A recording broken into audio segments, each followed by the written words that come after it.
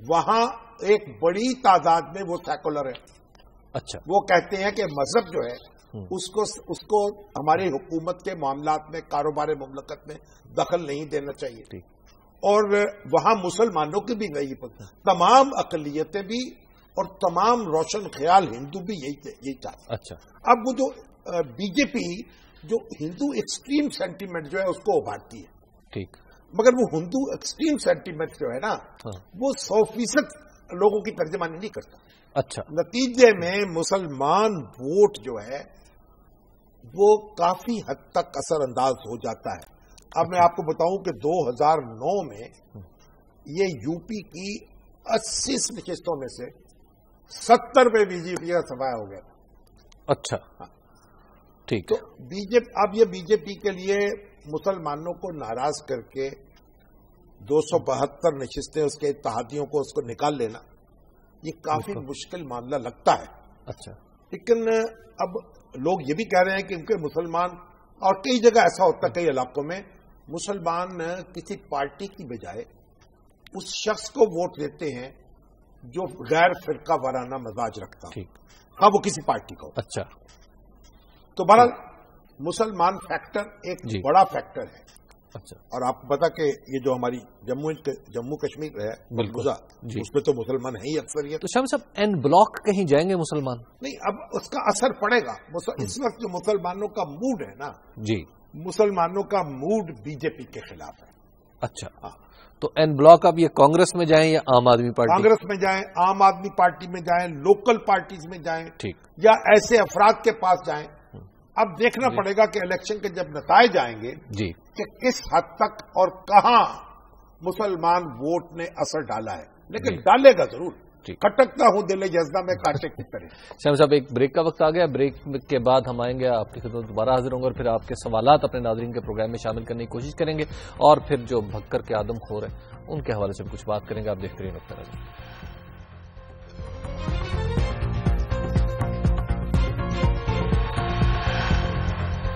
نقطہ نظر میں ایک بار پھر خوش آمدید. شامی صاحب، سوالات کی طرف جانے سے پہلے جو بھکر کا جو واقعہ، کل ہم نے جعلی پیروں کے حوالے سے بھی بات کی تھی، اب بھکر میں یہ پورا دو آدم خور پکڑے گئے تھے. جی، ان کو 1 سال کی سزا ہوئی میرے خیال. جی 1 سال کی سزا ہوئی. اس کے بعد واپس آ گئے، پھر انہوں نے بھی انسان کھانے شروع کر. بالکل قبرستان سے مردے نکال کے کھاتے ہوں گے، اور ہو سکتا ہے زندہ بھی پکڑے بچے کھا جاتے ہیں، ان کا کیا پتا. اب ایسے لوگوں کو تو سزا موت ملنی چاہیے. لیکن شاہ صاحب قانون ہی نہیں. اب قانون ہے، ان کو دہشت گردی کے اس میں چھاپ. جی بالکل. اور پکڑا گیا کسی دفعہ میں. جی اب چاہیے کہ قانون میں تبدیلی کی جائے. کئی جرائم ایسے بڑے کبھی ہوتے ہیں دیکھو کچھ تصور ہی نہیں کرتا انسان کے بھی اس طرح کے جرائم بھی ہو سکتے ہیں. بالکل. تو اب یہ ہے کہ اس طرح کی کاروائی ہونی چاہیے ان کے خلاف تاکہ سخت اور عبرتناک سزا ملے. ان کی تو شکلیں جو ہے بڑھ کے اب دیکھیے کس طرح بس ہو چکی ہیں بدبختوں کو. شاہ صاحب ذرا سوالات کی طرف سے ہمار میاں ہیں یہ کہتے ہیں کہ جناب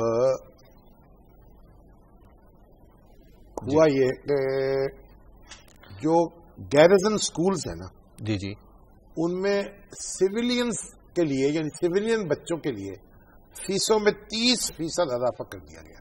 اچھا. جبکہ پہلے ہی جو فوجیوں کے بچے ہیں ان کے مقابلے میں سویلین سے زیادہ فیس لی جاتی ہے. ٹھیک.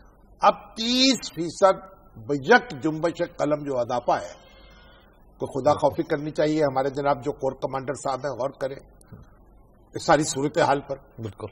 کہ اور یہ دیکھیے کہ سویلینز جو ہیں جی 1 سال میں 30% اضافہ.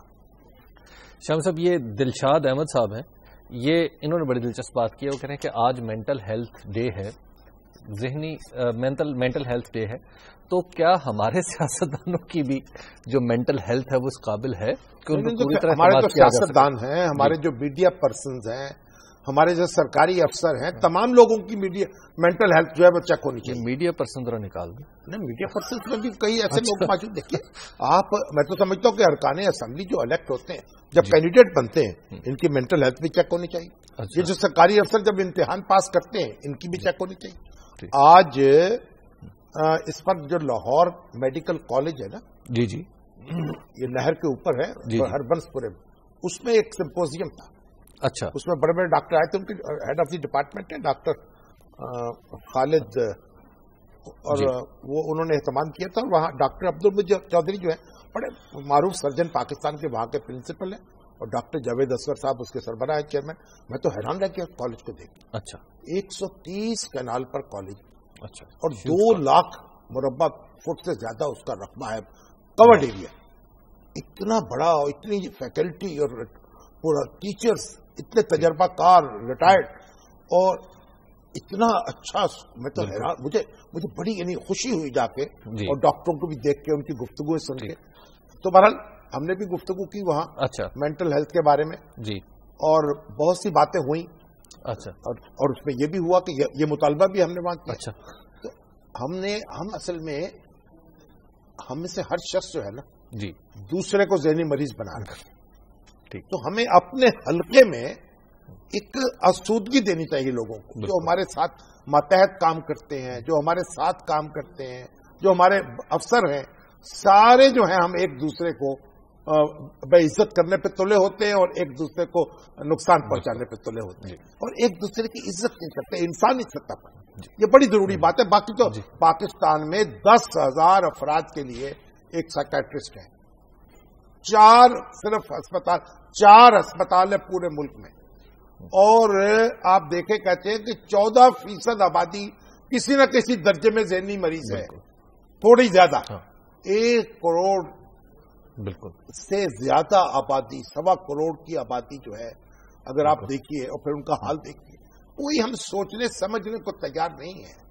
ہمیں کوئی اس سے دلچسپی نہیں ہے. یا دن رات جو دیکھتے ہیں نا کہ یہ ریپ ہو گیا, یہ بچیاں اٹھا لی گئیں, یہ قتل کر دیے, اپنے بیوی کو مار دیا, خامد, یہ سارے نفسیاتی مریض ہیں لوگ, اور ان کو ہم کوئی چیک نہیں کرتے, اور کوئی ان کا کوئی پرسان حال نہیں, ان کا علاج دریافت نہیں کرتے. اور ہم بیٹھ کے میڈیا میں ایک ہنگامہ ہوتا ہے, ہمارے کئی بھائی بہن, جناب یہ ملک میں رہنے کا کیا فائدہ ہے, یہاں اس طرح کی وارداتیں ہوتی ہیں. یہ وارداتیں ہر جگہ ہوتی ہیں. ان مریضوں کو مریض سمجھنا چاہیے. شام صاحب, میجر وجاہت صاحب ہیں ہمارے ساتھ فون لائن پہ. جی السلام علیکم میجر صاحب. وعلیکم السلام جی. Sir I would like to comment regarding the issue of gen Musharraf. اچھا, کین آئی کامنٹ سر؟ جی جی بالکل سر, آپ اگر اردو بول سکتے ہیں تو اردو میں کر لیں, وگرنہ انگریزی میں مشرف صاحب تو آپ کی بات سن ہی لیں گے. جی جی, I hope he is listening. سر جن صاحب کے جو مظالم ہیں ان کی لسٹ بڑی طویل ہے. یہ کارگل کا میسیکر آپ لے لیں, اس کے بعد جو یو ٹرن ہے 2001 کا, انویژن آف ٹرائبل ایریاز 2004, جس کی وجہ سے یہ پریویلنگ میسیکر اور یہ بلڈ شیڈ جو ہے یہ اسی کی وجہ سے ہے. کیمپ ڈیوڈ کے غلیظ معاہدے, مس ہینڈلنگ آف بلوچستان ایشو, اور اس کے بعد آپ کون سا بول رہے ہیں؟ میجر وجاہت. میجر وجاہت بول رہے ہیں. ریٹائر ہو چکے ہیں, سرونگ ہیں؟ نہیں sir, I am a retired officer. تو یہ بیسیکلی ان مظالم کا اختتام جو ہے وہ 3 نومبر پہ آ کے ہوتا ہے. اب بیسیکلی جو اس میں جو دکھ کی بات ہے وہ یہ ہے کہ یہ جو خواجہ آصف کی جو اسپیچ تھی 2006 کی, جس طرح اس کو میڈیا نے آؤٹ آف دا کانٹیکسٹ چلایا ہے, اور بیسیکلی یہ ایک اسپیچ تھی اپوزیشن لیڈر کی اس وقت کی جب وہ ایز این اپوزیشن لیڈر ماریں کھا رہے تھے. درست بات دیکھیے, بات درست ہے آپ کی, لیکن اصل بات یہ کہ پرویز مشرف صاحب پر جو مقدمہ چل رہا ہے نا وہ 3 نومبر کی ایمرجنسی کا ہے. بالکل. ہاں, تو باقی تو ٹھیک ہے, انہوں نے اپنے جذبات کا اظہار کر دیا. اب جی شفقت اللہ سہیل صاحب ہے جو کینیڈا سے کہہ رہے ہیں کہ جناب آپ کہہ رہے ہیں کہ جناب جو گرجتے ہیں برستے نہیں ہیں. جی, خاموشی جو ہے وہ طوفان کا پیش خیمہ بھی ہوتی ہے. چلیے جناب. شامی صاحب, یہ ایک 4 آنے کی آئی ڈی ہے, نام نہیں لکھا, 4 آنے لکھا. ٹھیک ہے. اور انہوں نے ایک تصویر بھیجی ہے, اس کے اوپر لکھا ہوا ہے یہ ہے غدار. میاں نواز شریف صاحب آئی کے گجرال سے ہاتھ ملا رہے ہیں, اور نیچے ایک 29 اکتوبر 1999 کے اخبار کا تراشا ہے, جس میں یہ خبریں اخبار کا, جس میں یہ آئی کے گجرال صاحب کے حوالے سے کہا گیا کہ نواز شریف نے مجھے کشمیری مجاہدین کی سرگرمیوں کی خفیہ رپورٹ دی. پتہ نہیں کیا کہا کیا چھپا. ویسے بھی یہ جو لفظ استعمال کیے گئے ہیں جی, ہمیں اپنے ہاں نہیں دہرانے چاہیے, ہمیں ذرا احتیاط کرنی چاہیے. حسنین علی جمال صاحب ہیں. حسنین علی جمال صاحب یہ کہہ رہے ہیں کہ اگر مشرف کو پکڑنے کی بجائے چھوڑ دیا جائے تو پاکستان کی صورتحال میں کیا فرق ہو جاتا؟ چلیے, تو آپ کی تجویز ہے, وہ عدالت کو لکھ کے بھیج دیجیے. شامی صاحب, یہ جی جلیل احمد صاحب ہیں. جلیل احمد صاحب نے یہ کہا ہے, شامی صاحب کبھی جعلی پیروں کے نام پہ بچوں کو قتل کیا جا رہا ہے, کبھی کوئی آدم خوری پہ اتر آتا ہے, آپ کے خیال میں اس کی ریزنز کیا ہے؟ یہ نفسیاتی مریض ہیں جی, ذہنی مریض ہیں, اور ان کا معاشرے میں ہم نے جو اونچ نیچ کھڑی کر دی ہے, جو ایک دوسرے سے کٹ کے رہ گئے ہیں,